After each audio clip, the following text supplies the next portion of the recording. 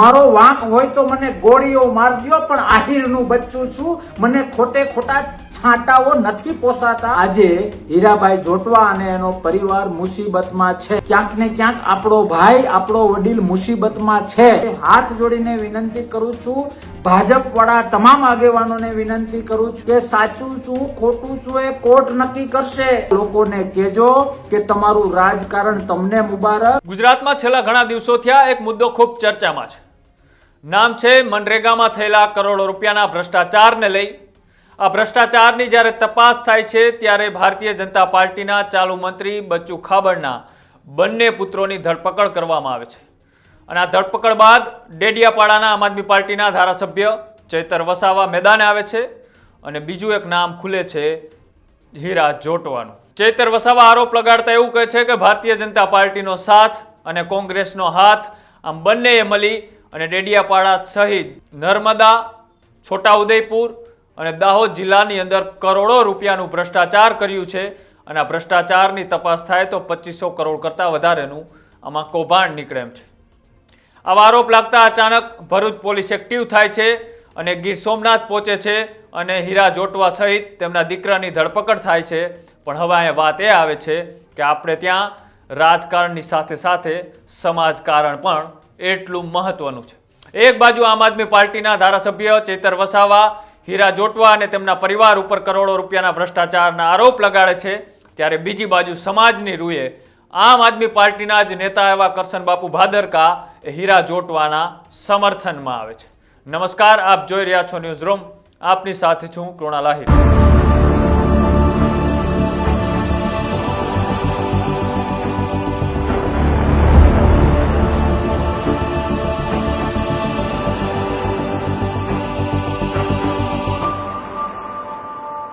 બે ત્રણ દિવસ પહેલા જ્યારે મનરેગા કૌભાંડમાં કોંગ્રેસના દિગ્ગજ નેતા હીરા જોટવાનું જ્યારે નામ ચર્ચામાં આવ્યું ત્યારે ભરૂચ પોલીસ વહેલી સવારે જ્યારે ગીર સોમનાથ પહોંચે છે અને સૌથી પહેલાં અટકાયત કરે છે હીરાભાઈ જોટવાની.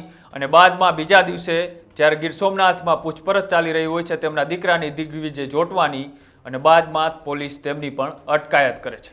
એટલે આવા મામલો ગરમાયો છે અને મામલો ગરમાતા હવે રાજકારણની સાથે સાથે સમાજકારણ પણ આમાં ભળ્યું છે.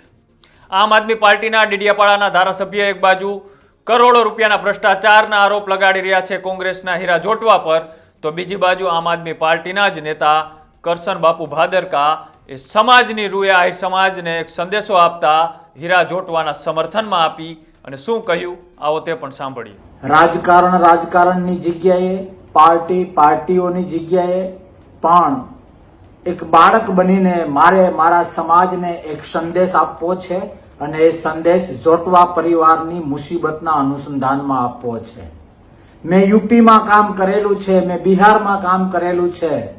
ગુજરાતના યદુવંશીઓને બે હાથ જોડીને વિનંતી કરવી છે કે આપણે બિહાર અને યુપીના યાદવોમાંથી કંઈક શીખવાની જરૂર છે અને એ શીખીશું તો ક્યાંક ને ક્યાંક કૃષ્ણનું કાનુડાનું મોરપીસ વધુ ચમકશે. યુપી બિહારમાં ઘણું બધું થાય છે, રાજકીય રીતે થાય છે, ધંધાકીય રીતે થાય છે, પર્સનલ વાંધાઓને લીધે થાય છે. પણ મેં જોયું છે જ્યારે બહારની મુસીબત આવે છે ને ત્યારે બધા એક થઈ જાય છે. એક એમને પાર્ટીઓના ચશ્મા, ધંધાઓના ચશ્મા, વ્યક્તિગત વાંધાઓના ચશ્મા સાઈડમાં કરીને બહારથી આવતી મુશ્કેલી સામે લડતા આવડે છે અને એટલા માટે યુપી બિહારના યાદવોનો ડંકો વાગે છે. મારે તમામ પાર્ટીઓના, તમામ બિઝનેસમાં રહેલા મારા યદુવંશી ભાઈઓને, ગુજરાતના આહિરોને વિનંતી કરવી છે કે આજે હીરાભાઈ જોટવા અને એનો પરિવાર મુસીબતમાં છે. આંશિક રીતે વાત થઈ શકે કે ભ્રષ્ટાચારની વાત છે, નક્કી કરનારું કોણ? આંશિક રીતે વાત છે કે ખોટું કર્યું, નક્કી કરનારું કોણ? એ કોર્ટ નક્કી કરશે. મારો વાંક હોય તો મને ગોળીઓ મારજો, પણ આહિરનું બચ્ચું છું, મને ખોટે ખોટા છાંટાઓ નથી પોસાતા અને એટલા માટે વ્યક્તિગત નુકસાન સહન કરીને મારા ભાઈઓને બે હાથ જોડીને વિનંતી કરવા આવ્યો છું. પાર્ટીની જગ્યાએ, ધંધાની જગ્યાએ, વ્યક્તિગત વાંધાની જે હોય તો એની જગ્યાએ પણ આજે ક્યાંક ને ક્યાંક આપણો ભાઈ, આપણો વડીલ મુસીબતમાં છે. તો દરેક રાજકીય પક્ષના આગેવાનોને મારે વિનંતી કરવી છે, ચૂંટણી ટાઈમે જોઈ લેશું, લડી લઈએ, કોઈ ચિંતાનું કારણ નથી. ધંધા બાબતે વાંધો હોય તો પરસ્પર લડી લઈશું, જોઈ લેશું, કઈ વાંધો નથી. વ્યક્તિગત કઈ વાંધો હોય પણ આહિરત્વ અને આહિરનું લોહી જો આપણી રગોમાં ફરતું હોય અને આપણો ભાઈ, આપણા સમાજનો સેવક ક્યાંક કોક મુસીબતમાં હોય તો આપણાથી યથા યોગ્ય એને મદદ કરવી એ તમારો ને મારો ધર્મ છે. આહિરત્વના ઇતિહાસમાં એ ક્યારેય નથી લખ્યું કે જૂના ચોપડાઓને આધારે કોઈ તકલીફમાં આવે તો જૂના ચોપડાઓને આધારે એ તકલીફને આધારે જો આપણા ફેસ પર સ્માઇલ આવતી હોય તો રીથિંકિંગની જરૂર છે. એટલે બાપ કૃષ્ણની સાક્ષીમાં, ધર્મની સાક્ષીમાં બે હાથ જોડીને વિનંતી કરું છું. ભાજપ વાળા તમામ આગેવાનોને વિનંતી કરું છું, કોંગ્રેસ વાળા તમામ આગેવાનોને વિનંતી કરું છું, આમ આદમી પાર્ટીના દરેક આગેવાનોને વિનંતી કરું છું કે સાચું શું ખોટું શું એ કોર્ટ નક્કી કરશે.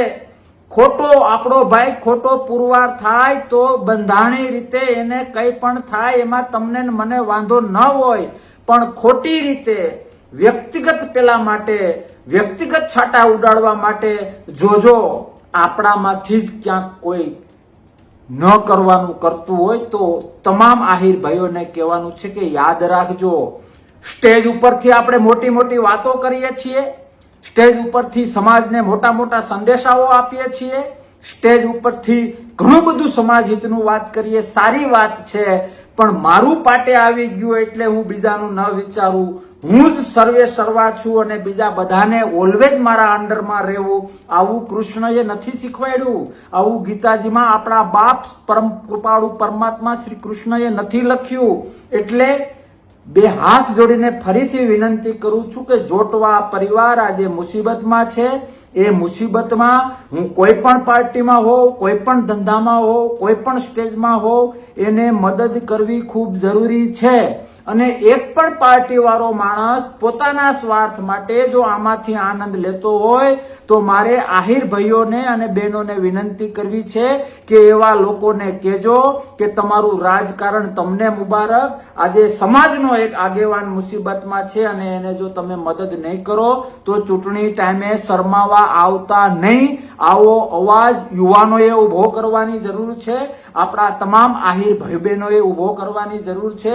કારણ કે પૈડી ભોગવે, મારા પર પૈડી હું ભોગવું ને તમારા પર પૈડી તમે ભોગવો, એમાં બીજા લોકોને મજા આવી જાય છે, બીજા લોકો આપને હાથા બનાવે છે. ચૂંટણી આવે, દરેક પક્ષમાં આપણો ભાઈ આપણી બહેન હોય, આપણા માટે ગૌરવની વાત છે. દરેક રાજનીતિમાં આપણો ભાઈ બહેન પોતપોતાની રીતે એની આવડત અને શક્તિ પ્રમાણે યોગ્ય સ્થાન મેળવે, સાચી વાત છે, હોવી જોઈએ, કરવું જોઈએ. પણ એનો મતલબ એ નથી કે મારા રાજકીય રોટલા, મારા ધંધાકીય રોટલા, મારા વ્યક્તિગત સ્વાર્થના રોટલા હું આવી મુસીબત ટાઈમે જો એના હલ કરતો હોઉં ને તો કરશન બાપુ ભાદરકાએ વિચારવું જોઈએ કે આહિરત્વમાં કઈ ખામી નથી ને. એટલે બધાને બે હાથ જોડીને વિનંતી કરું છું કે તમારી આસપાસમાં સમાજના કોઈ પણ પક્ષના આગેવાન અને સામાજિક આગેવાન અને રાજકીય આગેવાન હોય તો એને ગ્રુપમાં જઈને કહો કે જો સાચું જો ખોટું જે કંઈ હશે એ કોર્ટ નક્કી કરશે, પણ અત્યારે મુઠ્ઠી બંધ કરીને સમાજના એ જોટવા પરિવારને મુસીબત ટાઈમે આપણાથી જે કંઈ થઈ શકે એ મદદ કરવી જોઈએ. આજ સુધી જે મોટા મોટા ગળાઓ ફાડીને મારું પાટે આવી ગયું એટલે આમ તેમ જે મોટી મોટી કરી છે, તો આ વ્યક્તિને પણ મદદ કરવી એ નાના મોટા તમામ આહીરોનો ધર્મ છે. આવો સૌ સાથે મળીને ધર્મ નિભાવીએ.